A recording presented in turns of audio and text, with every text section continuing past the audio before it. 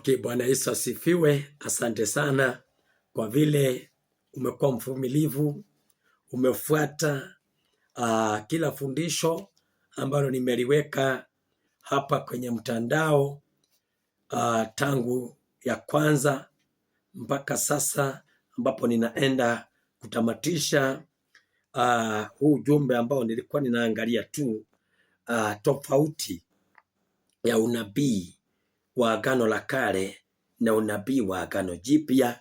Zaidi ya yote tukizingatia vile tumekuwa tukijitosha ama tukijiingisha kwenye unabii wakati mwingi, wakati uchaguzi umekaribia.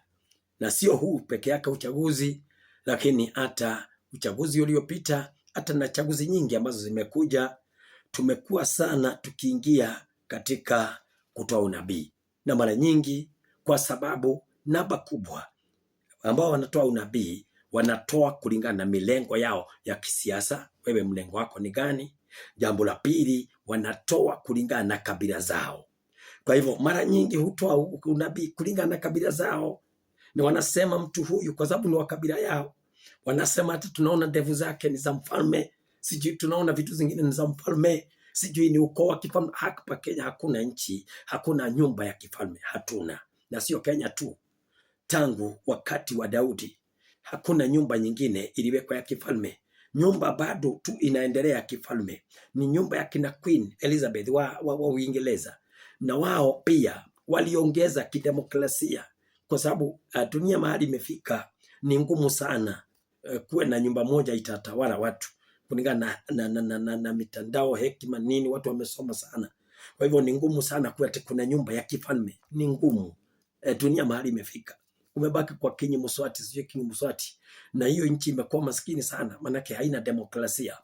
Na kwa hivyo ni vyema sana kujua ya kwamba tunapoingia kwenye Agano Jipya sasa, tumeona waziwazi kwenye maandiko ya Bwana, kwenye maandiko, kwenye Biblia, hakuna nabii wa kutabilia wafalme.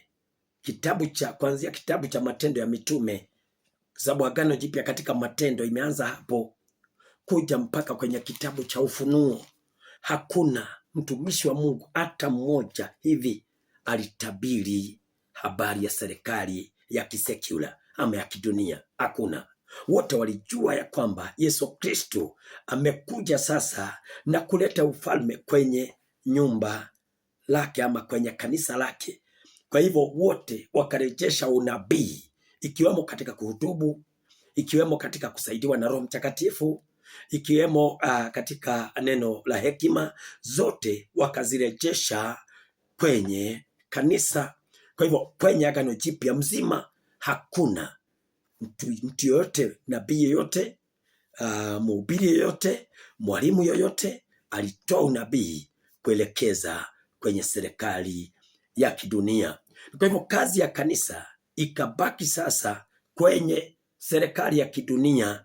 Moja tukasema ni kuwaombea, kama vile maandiko inavyosema kwenye Timotheo wa kwanza 2 mstari wa kwanza hadi mstari wa 3, ambao inasema, basi kabla ya mambo yote nataka dua na sala na maombezi na shukrani zifanyike kwa ajili ya watu wote, kwa ajili ya wafalme na wote wenye mamlaka, tukiishi maisha ya utulivu na amani katika utauwa wote na ustahifi. Kwa hivyo Paulo anasema ya kwamba tuombee serikali, tuombee watawala, tuombee wafalme. Manake kwenye Agano Jipya bado kulikuwa na nchi zilikuwa zimebaki za kifalme, na Biblia sio ya nchi moja, Biblia ni ya dunia mzima. Kwa hivyo kama dunia mpaka leo kuna nchi imebaki bado na utawala wa kifalme, na kanisa linanenewa kwamba liendelee kuwaombea. Kama kuna wale wamebaki na viongozi kama sisi nchi yetu ya Kenya sio ya kifalme, ni nchi ya viongozi. Na kwa hivyo na sisi tunaambiwa tuombee hao viongozi wote, kuanzia rais wa nchi mpaka MCA mpaka wazee wa nyumba 10, wote ni watawala wanaotutawala, ili tuwe na amani katika kuhubiri, tuwe na utulivu katika nchi yetu, tuweze kuhubiri injili yake Yesu Kristo. Kwa hivyo kazi ya kanisa moja ni kuomba kwa sababu ya utawala na kuomba kwa ajili ya serikali ambayo inatawala. Hata nyingine itakayekuja, kanisa isiingie kwa milengo yoyote ile. Kanisa iingie kwenye maombi bila kuingia kwa mlengo huu ama mlengo huu. Na viongozi wote tunawaombea, kuanzia viongozi wa upinzani kuja mpaka walioko serikalini, tukiwaombea wote bila kuweka chuki katika maombi. Alafu kisha baadaye, kama vile tumeona kwenye kitabu cha Warumi kwamba kazi nyingine ya kanisa ni kutii serikali ama kutii mamlaka ambayo yamewekwa kwa sababu yalihusika na Mungu hapo ndani. Kisha baadaye tunaona kwenye kitabu cha Matendo ya Mitume, kama vile nilikuwa nimewaambia ya kwamba Paulo aliitwa katika mstari wake wa 7 katika Matendo ya Mitume 13 mstari wake wa 7. Biblia inasema ya kwamba mtu huyu alikuwa pamoja na liwali Sergion Paulo, mtu mwenye akili. Yeye liwali akawaita Barnaba na Sauli waje kwake, akataka kulisikia neno la Mungu. Lakini Elima yule mchawi, maana ndiyo tafsiri ya jina lake, akashindana nao. Kwa hivyo nilikuwa nataka kuonyesha kwamba huyu Sergion Paulo ama Sergio Paulo, mtu ambaye alikuwa amesoma sana katika serikali ya Warumi, lakini kwa sababu ya kusikia sifa nzuri ya kina Barnaba na Sauli, siku hizo Paulo hakuwa amebadilishwa jina, alikuwa tu ameokoka hivi karibuni. Kwa hivyo huyu Sauli ndiye alibadilishwa jina na kuwa Paulo. Akawaita kwa sababu ya sifa yao nzuri ya kuelezea neno la Kristo. Kwa hivyo, je, unaweza simama kwenye pulpit utusi kiongozi kabisa alafu akuite asikie neno la Kristo kweli? Uitana majina yote yale tunaitana siku hizi. Wengine wako na kora kama hii niko nayo, wengine wako na kanjo kama zile tunafaanga, lakini kwa pulpit hapo unatusi kiongozi kwa sababu labda haumpendi, alafu kisha baadaye unangojea akuite asikie hiyo injili ya Kristo kweli. Hata huyo Kristo kweli anamuona ndani yako. Kwa hivyo kanisa lazima tujiepushe kutokana na hizi siasa ambazo zimejawa na matusi.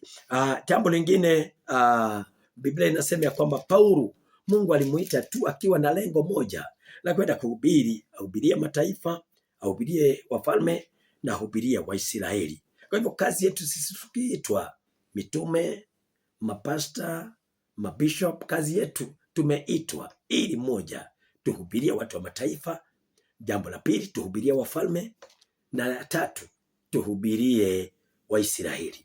Na je, kweli Paulo, kwa sababu maandiko imesema hivyo kwenye kitabu cha Matendo ya Mitume 9 mstari wake wa 15 inasema, lakini Bwana akamwambia, nenda tu, kwa maana huyu ni chombo kiteule kwangu, alichukue jina langu mbele ya mataifa na wafalme na wana wa Israeli. Kwa hivyo ni Yesu Kristo kupitia kwa Roho Mtakatifu alikuwa akinena na mtu ambaye alikuwa anaitwa Anania, ili aende mpaka mahali Paulo alikuwa amewekwa baada ya kuangushwa na farasi ama kuangushwa na ule mwangaza wa Yesu Kristo, akapelekwa kwa nyumba ya mtu alikuwa anaitwa Yuda. Naye Mungu kupitia kwa Roho Mtakatifu akamtokea mtu ambaye alikuwa anaitwa Anania, anamtuma aende awekelee Paulo mikono ili aweze kuamuka sasa aanze injili. Naye Anania anaogopa, anasema Paulo tunamsikia ni mtu mbaya sana. Mungu anamwambia hapana, enda, manake ni chombo changu teule, ahubirie mataifa, aende kwa wafalme, aende kwa Waisraeli. Kwa hivyo tunapoitwa na Bwana, tumeitwa ili tuweze kwenda kwa kila kiumbe hapa duniani.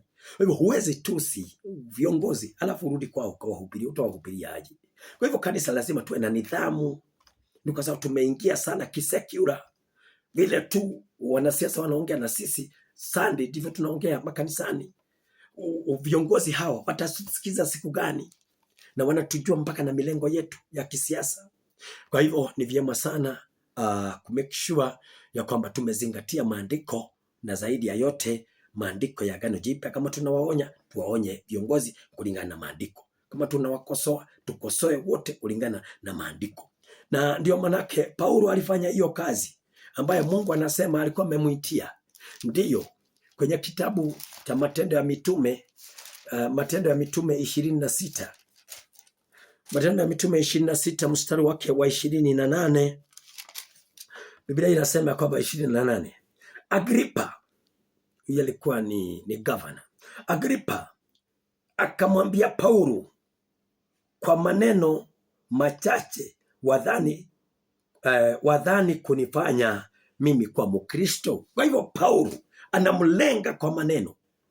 Na saa hiyo Paulo ni mfungwa, lakini analenga haraka haraka huyo kiongozi wa kiserikali, anamlenga na neno la Kristo, mpaka anamwambia kwa haya maneno machache umenilenga nayo, unadhani ya kwamba nitakuwa Mkristo? Paulo anasemaje? Paulo akamjibu, namuomba Mungu kwamba ikiwa kwa machache au ikiwa kwa mengi, si wewe tu, ila na hao wote wanaonisikia leo wawe kama mimi nisipokuwa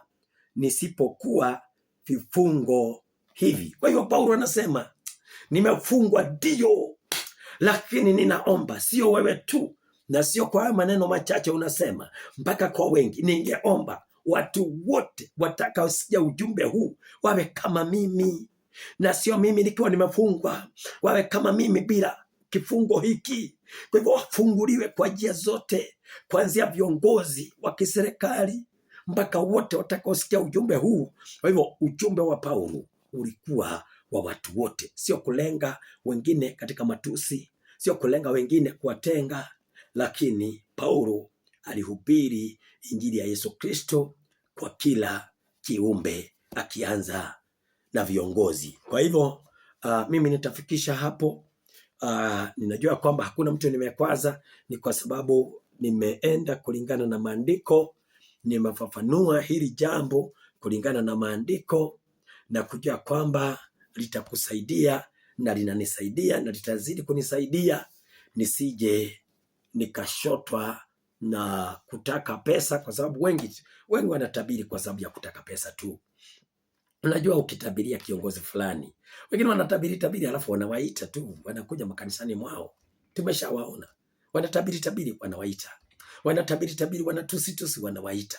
Ni lengo tu la kutafuta mashilingi, lakini nena neno la Bwana kama vile ninavyostahili, na Mungu atakubariki na baraka zake ambazo hazina majuto. Kwa hiyo ni vyema kujua kwamba unabii ulishabadilika kutoka kwenye unabii wa Agano la Kale na kuja kwenye unabii wa Agano Jipya. Mungu amani awabariki sana. Ninajua mnajua, nilikuwa tu nimekuja kuwakumbusha. Haleluya.